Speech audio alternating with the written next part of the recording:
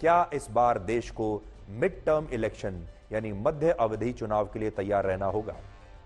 देखिए, जब भी आप गठबंधन सरकार के बारे में सोचते हैं तो दिमाग में पहला सवाल और पहला शब्द यही आता है, वो है मिड टर्म चुनाव का।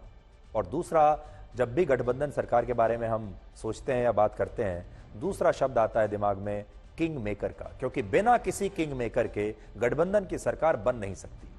10 साल में हम इस शब्द को भूल चुके थे, क्योंकि किंग मेकर की कभी जरूरत ही नहीं पड़ी प्रधानमंत्री मोदी को, लेकिन इस बार पड़ रही है।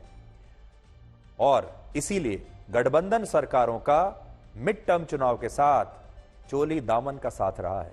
भारत का चुनावी इतिहास कहता है कि जब देश में गठबंधन की कमजोर सरकारें बनती हैं, तब तब मिड टर्म चुनाव होने की संभावना 50% तक होती है।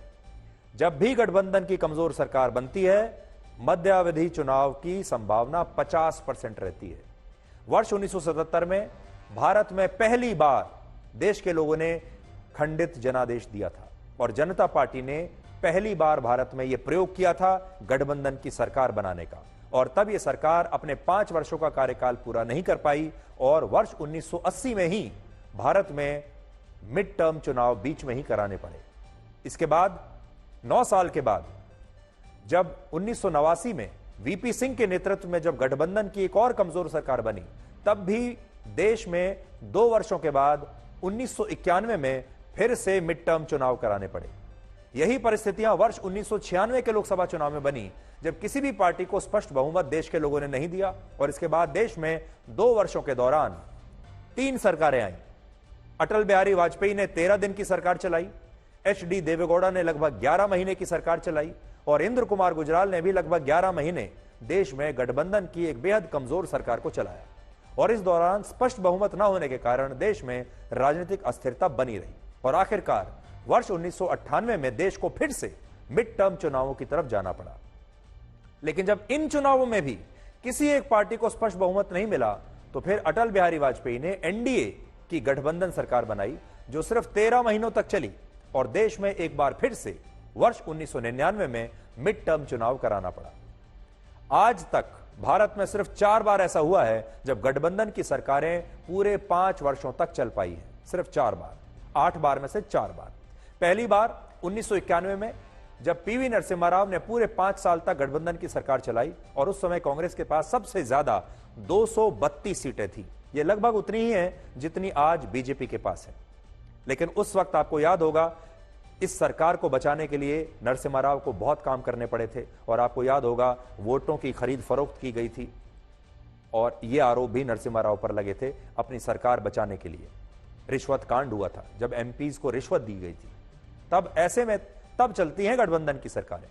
इसके बाद 1999 में अटल बिहारी वाजपेयी ने पूरे 5 साल तक गठबंधन की सरकार चलाई और बीजेपी के पास तब सबसे ज्यादा 182 सीटें थी, तो उन्होंने 182 सीटों में भी पूरे 5 साल सरकार चलाई। और यह वही समय है जब 2004 में इंडिया शाइनिंग का नारा दिया गया था और अचानक से वाजपेयी जी को एक बड़ा झटका लगा जब देश के लोगों ने जब वोट डाला तो इंडिया शाइनिंग गायब हो चुका था। इंडिया शाइनिंग की जो चमक थी वो फीकी पड़ गई थी।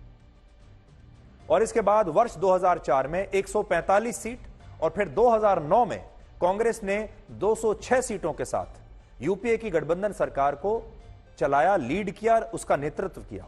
और इस सरकार के दौरान भी देश में मिड टर्म चुनाव नहीं हुए और इनके पीछे भी एक बहुत बड़ा कारण था कॉम्प्रोमाइज, यानी समझौता। हमारे देश में जितनी भी गठबंधन सरकारें कामयाब रहीं, उनमें हर बार इन सरकारों के घटक दल अपने अपने मंत्रालयों के मालिक बन गए। और आप यूपीए सरकार का कार्यकाल जरा याद कीजिए, जब यूपीए के घटक दलों के जो मंत्री हुआ करते थे वो पूर्व प्रधानमंत्री डॉक्टर मनमोहन सिंह का फैसला मानने से कई बार इनकार कर देते थे। डॉक्टर मनमोहन सिंह को अपनी सरकार को स्थिर बनाए रखने के लिए अपने घटक दलों के इस दबाव को सहना पड़ता था, उनकी बातें, उनकी मांग माननी पड़ती थी, जिसकी वजह से यूपीए की सरकार 5 साल तक तो चली। लेकिन आपको याद होगा यूपीए की सरकार में कितना भ्रष्टाचार हुआ और बहुत सारे घटक दलों ने मन मर्जी से वो मंत्रालय चलाए और दबाकर भ्रष्टाचार किया। लेकिन अगर वो इस दबाव को नहीं सहते तो शायद यूपीए की सरकार बीच में ही गिर जाती। जैसे वर्ष 1998 में जब पूर्व प्रधानमंत्री अटल बिहारी वाजपेयी ने एआईएडीएमके की दिवंगत नेता जयललिता के दबाव को सहन नहीं किया और उनके खिलाफ चल रहे आपराधिक मामलों में दखल देने से इनकार कर दिया तो एनडीए की सरकार गिर गई थी। इससे यह पता चलता है कि गठबंधन की कमजोर सरकार चलाने के लिए उस सरकार के सबसे बड़े नेता को अपने घटक दलों का दबाव सहना ही पड़ता है और वो अपने घटक दलों की इच्छा के बिना कोई बड़े फैसले नहीं ले पाता। और इसीलिए आज बहुत बड़ा सवाल यह है कि क्या प्रधानमंत्री मोदी गठबंधन सरकार को चला पाएंगे।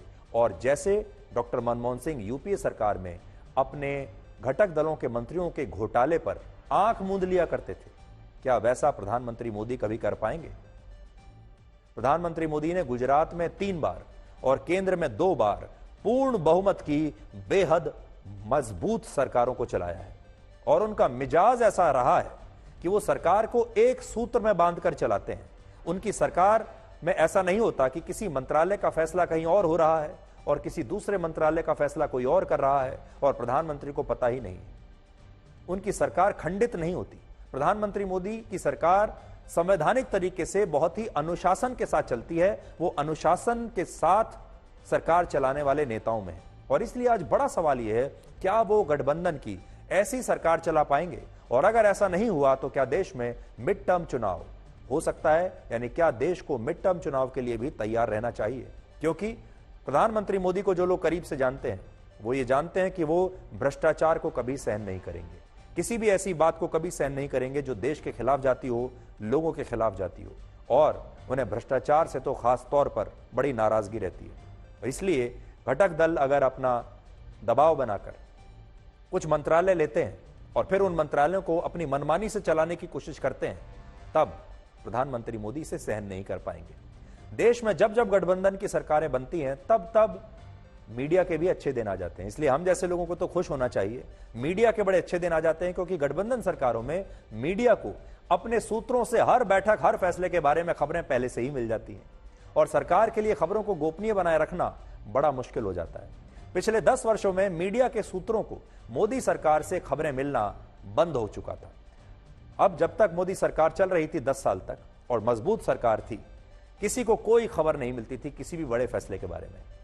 अब उस मीडिया के अच्छे दिन आ सकते हैं, क्योंकि अब सरकार में और भी कई घटक दल आ जाएंगे और हमारे बहुत सारे घटक दलों के जो नेता हैं, सांसद हैं, उनकी आदत रहती है कि वो हर जानकारी को, मीटिंग में होने वाली हर बात को बाहर निकलते ही लीक कर देते हैं अपने प्रेस के साथियों को, अपने दोस्तों को, ताकि उसका फायदा उठाया जा सके।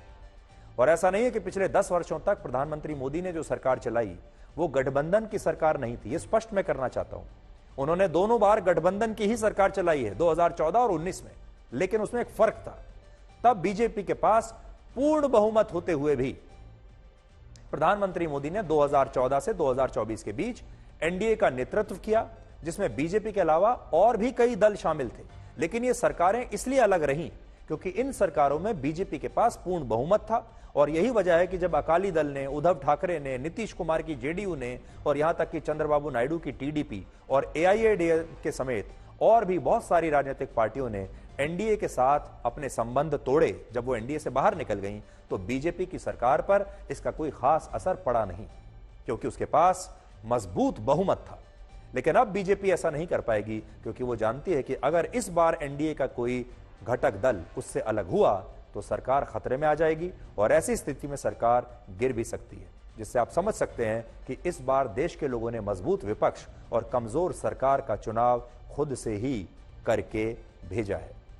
अब आप सोचिए, मोदी सरकार ने जो बड़े बड़े काम किए थे इन 10 सालों में, जैसे कश्मीर में अनुच्छेद 370 को हटाना, जैसे ट्रिपल तलाक, इस तरह के अगर फैसले अब अगर बीजेपी करना चाहे या प्रधानमंत्री मोदी करना चाहे तो शायद ना कर पाएं, और अगर कर भी पाएंगे तो तब कर पाएंगे जब उनके सारे घटक दल राजी हो जाएंगे। अब अगर आज वो यूनिफॉर्म सिविल कोड लाने की कोशिश करेंगे तो क्या होगा, ये एक बड़ा सवाल आपके मन में आना चाहिए। अगर अब वो 1 नेशन 1 इलेक्शन भारत में लागू करना चाहें तो क्या वो कर पाएंगे, ये आपको पता होना चाहिए, ये सवाल आना चाहिए आपके दिमाग में। अब अगर भारत पाकिस्तान ऑक्यूपाइड कश्मीर को वापस अपने यहां मिलाना चाहे तो क्या प्रधानमंत्री मोदी उसे लेकर कोई बड़ा फैसला कर पाएंगे, ये बात एक बड़ा प्रश्न चिन्ह खड़ा करती है।